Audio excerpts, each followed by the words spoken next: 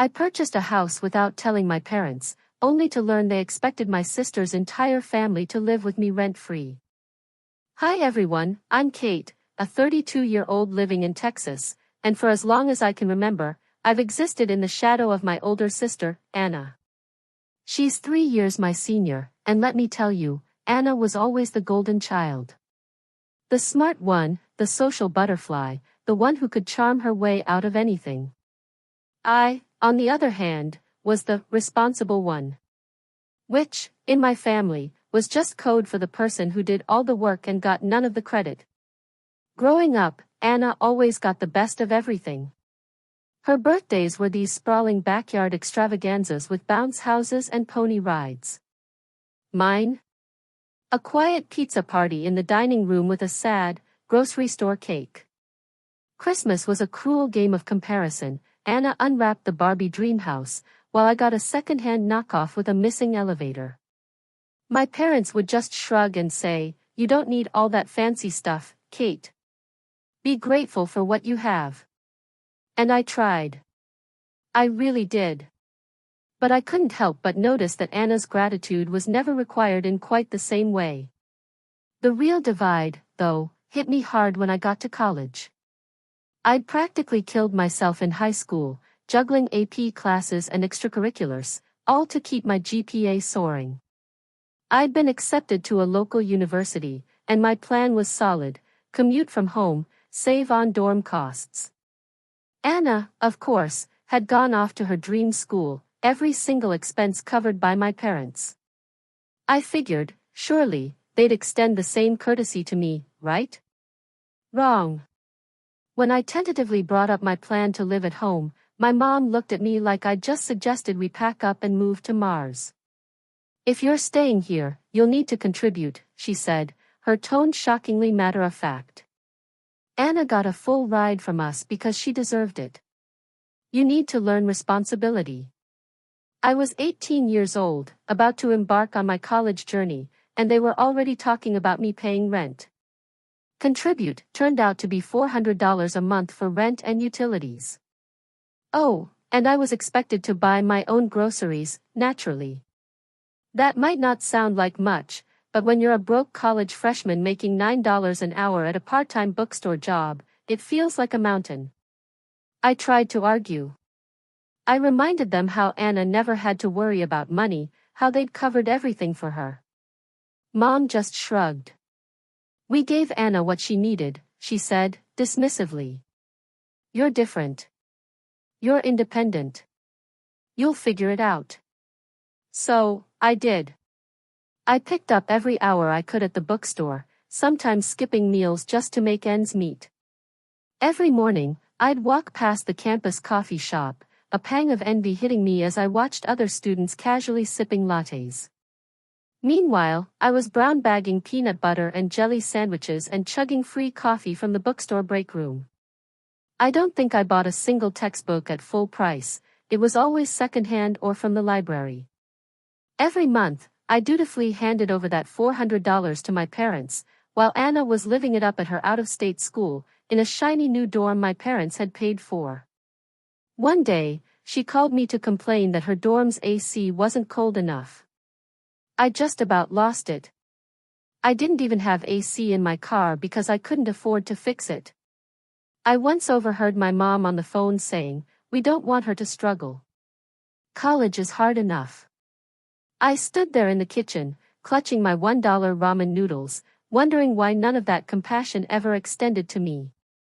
To add insult to injury, my parents constantly showered Anna with praise for her achievements. She graduated with a 3.2 GPA in communications, and they threw her a huge graduation party with a catered buffet and a DJ. When I graduated with a 3.9 and a degree in computer science, we had a quiet dinner at home. Mom made lasagna and said, "Well, we don't want to make a fuss." Looking back, what hurt the most wasn't the lack of financial help. It was the clear, undeniable message that I simply didn't matter as much. Anna was always the star, the one with potential, while I was just there. Even my successes were brushed off. "Kate's smart. She doesn't need help," they'd say. It felt like being capable was a curse. After college, I moved out the first chance I got.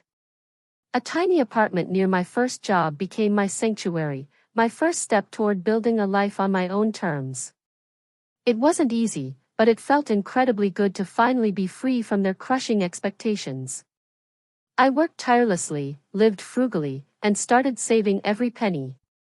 Meanwhile, Anna married Josh, a man my parents adore, despite his perpetual state of being between jobs. They now have 3 kids, Emily, 5, Mason, 4, and baby Zach, 2. My parents are constantly bailing them out. When their car broke down last year, Mom and Dad handed them money for a new one. When Anna complained about the stress of 3 kids, my parents instantly offered to babysit every weekend. I wish I could say it didn't bother me anymore, but it absolutely does. No matter how much I achieve on my own, it feels like I'll always be second place to Anna. That's why I stopped telling my family much about my life. I knew they wouldn't truly care. Not really. So, I'd been keeping this pretty low-key, but I recently decided it was time to start looking for a house. I'd been renting this glorified shoebox of an apartment for years, paying way too much, and I'd been saving what felt like forever. I finally hit a point where I thought, you know what? I deserve this. Now, here's the thing, I didn't tell my family. Not because it was some huge secret, but because they simply can't just be happy for anyone. Everything with them turns into a group project. I knew if I mentioned it, they'd immediately pivot to Anna and her kids, and how whatever I got should somehow benefit them. So, I figured it was easier to just keep my mouth shut until the deal was done. Apparently, that was far too optimistic. I don't know how this happened, but a coworker, let's call her Lisa, she's one of those people who's always in everyone's business, managed to let it slip. She casually mentioned to someone that I was house hunting, and that someone just happened to be Anna's neighbor. From there, the news traveled like wildfire. Ah, the joys of small world Texas. A few days later, my mom called me. Kate, she chirped, all overly cheerful, why didn't you tell us you're looking for a house? I should have known better, but I played dumb. Oh, I'm just browsing right now, Mom. Nothing serious. Well, Anna and I were talking, and we have some great ideas for you, she continued, completely ignoring my response.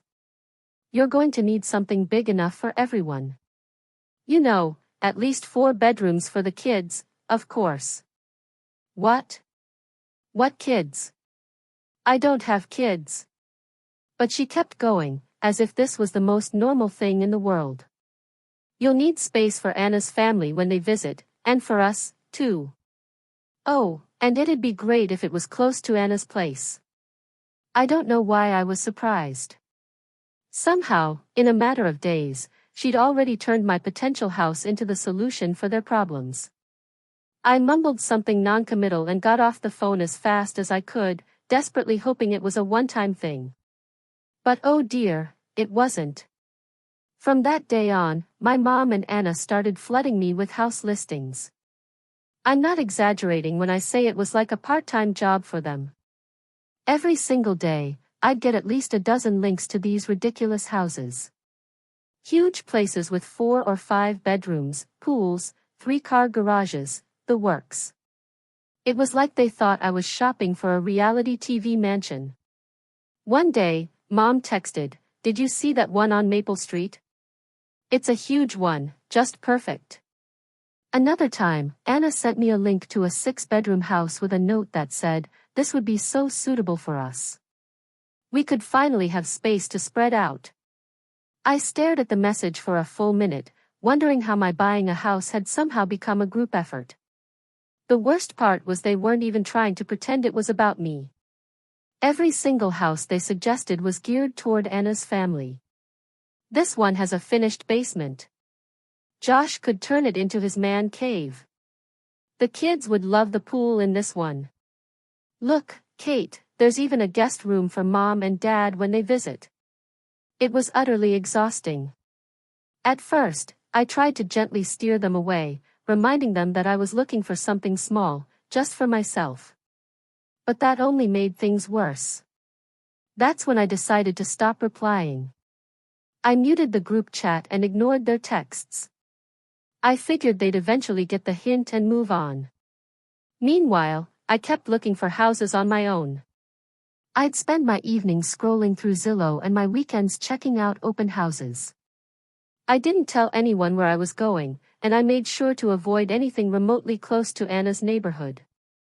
The last thing I wanted was to run into someone who might blab to my mom. After weeks of searching, I finally found the one, a small, two-bedroom cottage just outside the city. It had everything I wanted, a cozy little porch, a sunny kitchen, and a backyard big enough for a garden. It wasn't fancy, but it felt like home. The second I walked through the door, I knew it was mine. I put in an offer, and a few nerve-wracking days later, it was accepted. I can't even describe how good it felt. For once in my life, I was doing something entirely for myself, without anyone else's input. Of course, I didn't tell my family. I figured I'd let them keep sending their helpful suggestions while I quietly moved forward.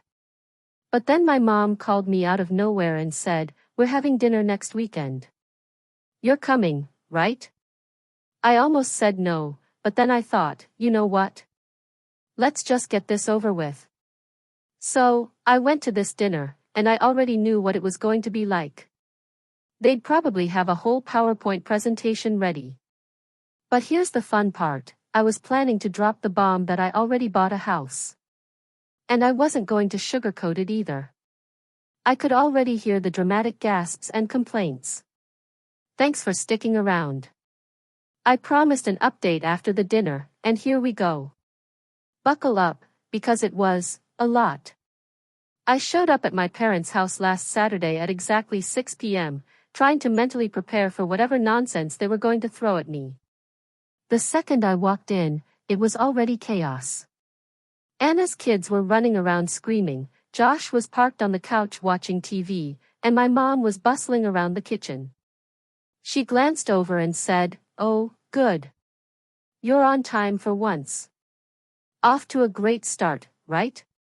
We sat down for dinner, and at first, it was the usual small talk. Dad complained about gas prices, Josh ranted about something at work, and Anna whined about how hard it was to manage 3 kids. "Zach keeps waking up in the middle of the night," she said, shoveling mashed potatoes onto her plate. "We're just so cramped. I feel like I'm losing my mind." I knew exactly where this was going, but I played along, nodding sympathetically while I focused on my lasagna. Then my mom cleared her throat in that way she does when she's about to make an announcement. "Kate," she said, with this over-the-top smile. "We've been talking, and we think we found the perfect house for you." I nearly choked on my water. Of course, they'd come armed with a plan. "Oh," I said, keeping my voice as neutral as possible. "Yes," Anna chimed in. "It's a beautiful place, and it's only a few blocks from us. It has 5 bedrooms, a huge yard for the kids, and even a guest suite." Mom jumped in before I could respond. "It's perfect for everyone. There's enough space for the kids to finally have their own rooms, and Josh could even set up an office. Plus, it's in such a great neighborhood, close to good schools." I just stared at them, completely dumbfounded. They weren't even trying to pretend this was about me anymore. "So," Anna said, smiling like this was a done deal.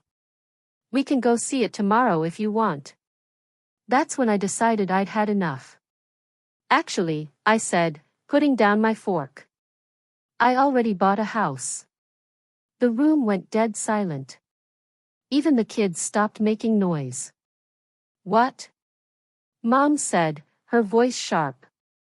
"I bought a house," I repeated, my voice steady.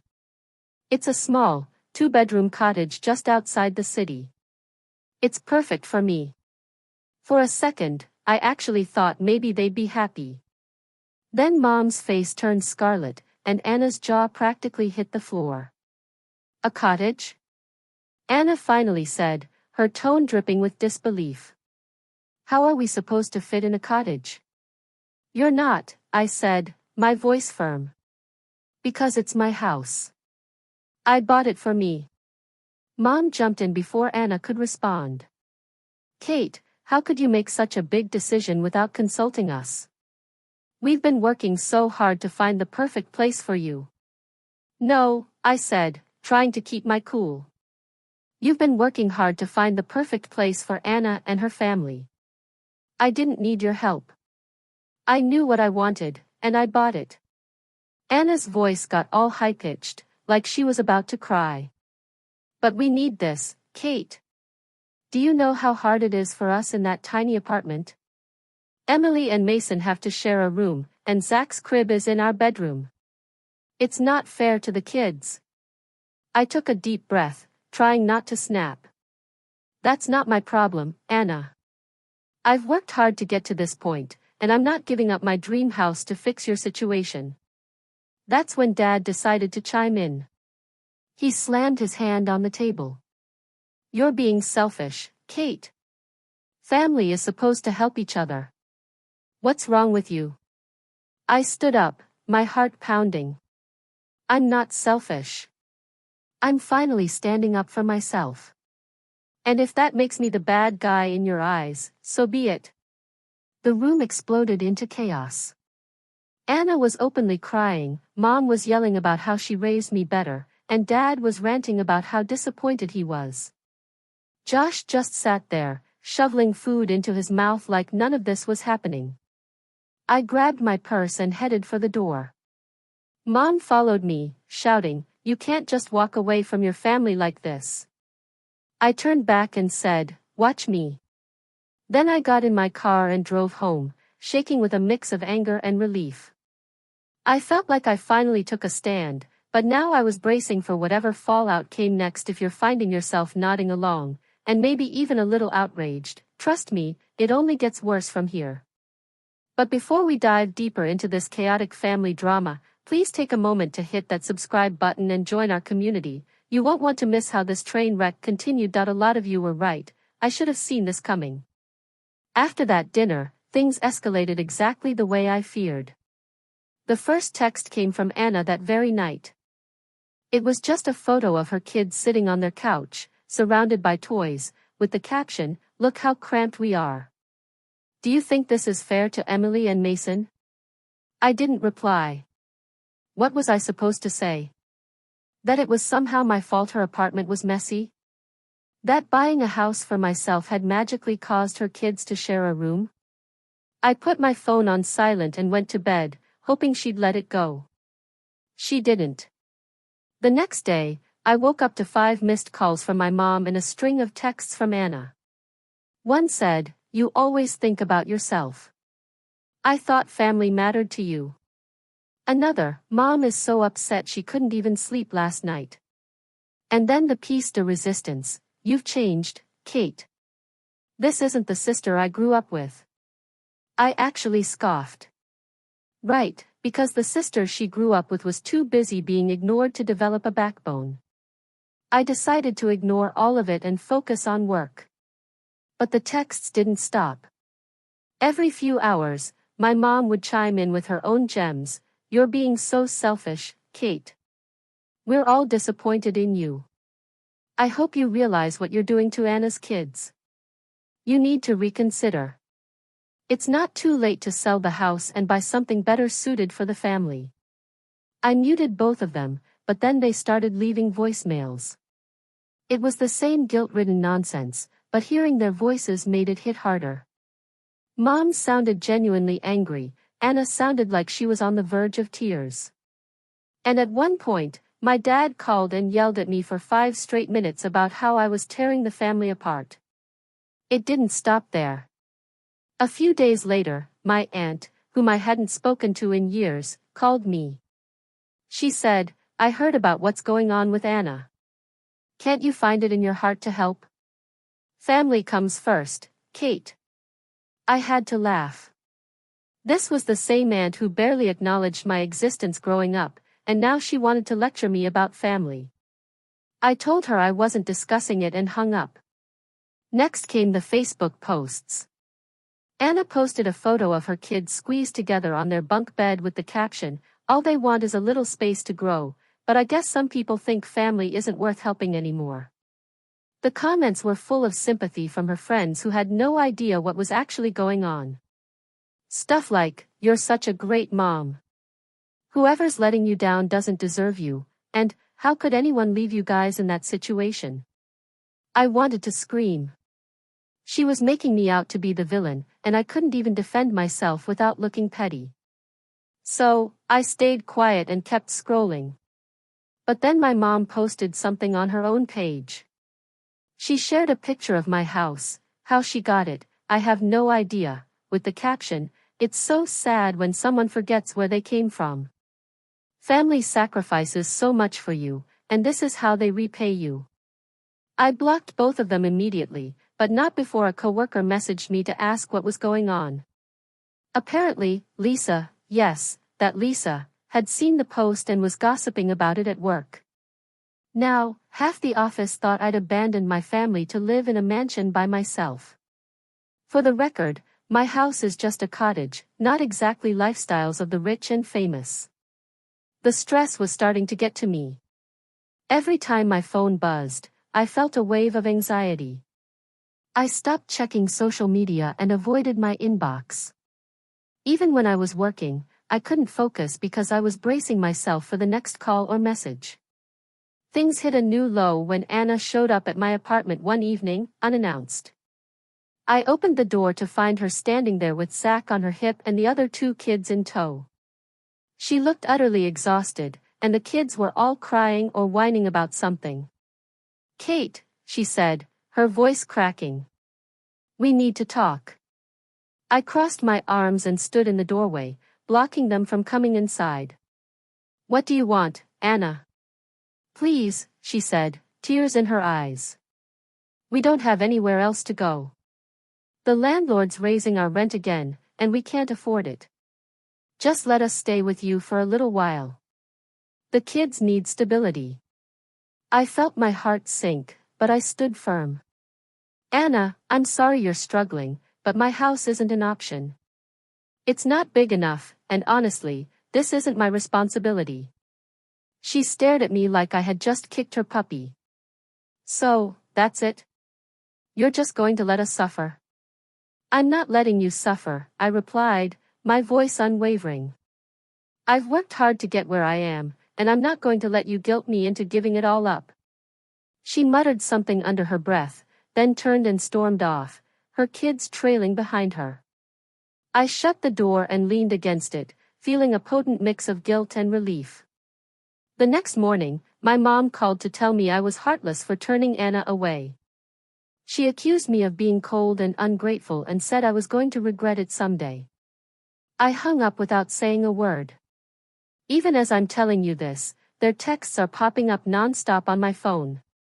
Mom sending walls of guilt-ridden paragraphs, and Anna's firing off photos of the kids.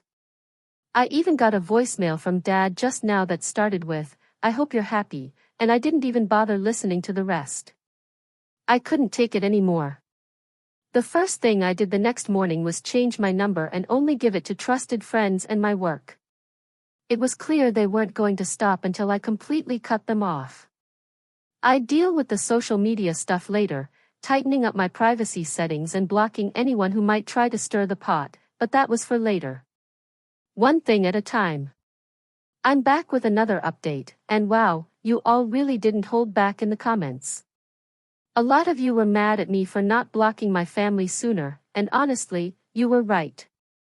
After I changed my number, I went ahead and blocked them on everything, Facebook, Instagram, even the random relatives who might have tried to mediate. It felt so good to finally cut them off. But of course, it didn't take long for things to get messy again. I should have known the peace wouldn't last. It all started last weekend when my mom showed up at my house unannounced. I was in the backyard, trying to figure out how to plant lavender. Google makes it look so easy, but I've already killed 3 plants, when I heard someone knocking on my front door. At first, I thought it was my neighbor or maybe a delivery. But when I got to the door, there she was, my mom, standing on my porch with a pie in her hands and the fakest smile I've ever seen. "Hi, Kate," she said, like she just stopped by for a casual visit and not after weeks of me ghosting them. Hi," I said, caught totally off guard. I stood there for a second, debating whether I should even let her in, but she shoved the pie toward me and said, "I thought I'd stop by and see how you're doing. I brought your favorite, apple." I wasn't sure if I should laugh or cry. My favorite is cherry, but okay, Mom. Against my better judgment, I let her in. I didn't want to make a scene.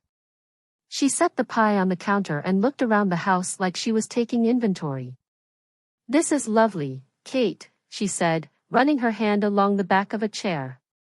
"You've done a great job." I didn't know what to say, so I just mumbled a quick thanks and waited for her to get to the point. She sat down at my kitchen table and sighed dramatically. "I wanted to apologize," she started. "Things got a little heated, and I realize now that we were wrong to push you like that. You've worked hard for this house, and I should have respected your decisions." I stared at her, trying to gauge if she was serious. It sounded nice on the surface, but something about her tone didn't sit right with me. Then, she launched into this whole speech about how proud she was of me and how the stress of Anna's situation had made everyone act out. "But that's no excuse," she said, giving me this sad, almost pleading look. For a second, I felt myself softening. Maybe she really was trying to make things right. But then she hit me with it. "I was thinking maybe we could have a fresh start. I'd love to come over again sometime. Maybe bring Anna and the kids. It'd be nice for everyone to see your new place." And there it was. I tried to keep my cool. "I don't think that's a good idea right now," I said, choosing my words carefully. "Things are still a little tense, and I'm not ready for that yet." She nodded, but I could tell she wasn't happy with my answer. "Of course, I understand," she said, but her smile was a little too tight, and her eyes kept darting around the room like she was sizing up the place. After a few more minutes of small talk, she stood up and said, "Well, I should get going. Thanks for letting me stop by. I really mean it, Kate. I just want us to be a family again." I nodded, but didn't say anything. After she left, I locked the door and just stood there for a while, staring at the pie on the counter. Something about the whole visit felt off. For the past few days, I couldn't stop replaying the conversation in my head. Was she being genuine, or was this just another manipulation tactic? The timing seemed way too convenient. She'd spent weeks harassing me, and the second I cut them off, she suddenly shows up with an apology and a pie? It also didn't sit right with me how quickly she glossed over everything that had happened. She didn't even mention the texts, the voicemails, or the fact that I'd blocked her. It was like she was pretending none of it had ever happened, which felt utterly bizarre. And the whole thing about bringing Anna and the kids over? That didn't feel like a casual suggestion. It felt calculated, like she was testing the waters to see how much I'd let slide. I haven't reached out to her since, and she hasn't contacted me again either. But I couldn't shake the feeling that this wasn't over. Knowing my family, there was probably something else brewing, and I was just waiting for the other shoe to drop. And oh, did it drop. I'm back, and wow, do I have an update for you. Hopefully, the last one. I wish I could say things have calmed down, but instead, everything has gone from mildly irritating to full-on crazy. I don't even know where to start, but let's just say I'm officially done giving my family the benefit of the doubt. So, you remember how my mom stopped by with that apology and a pie? At the time, I told you all I had a bad feeling about it. Turns out, my gut was absolutely right. Something about her visit wasn't sitting well with me, but I couldn't figure out why. She seemed way too interested in every detail of my house, from the locks on the doors to the layout of the rooms. At the time, I brushed it off as her being nosy. But now, I realize it was part of a much bigger, more sinister plan. A few days after her visit, I went about my week as usual. Work was busy, so I was mostly holed up in my new home office, focused on deadlines. I wasn't thinking much about my family. Things had been quiet since the visit, and I actually thought maybe they were finally backing off.